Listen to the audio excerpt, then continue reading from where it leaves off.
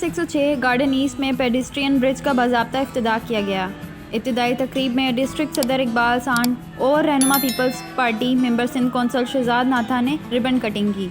इस मौके पे इलाके मकीनों की बड़ी तादाद ने शिरकत की।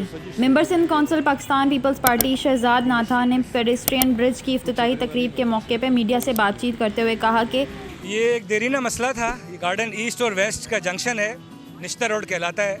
यहाँ पर मुख्तलिफ बरादरियाँ रहती हैं, इबादत गाहें भी हैं।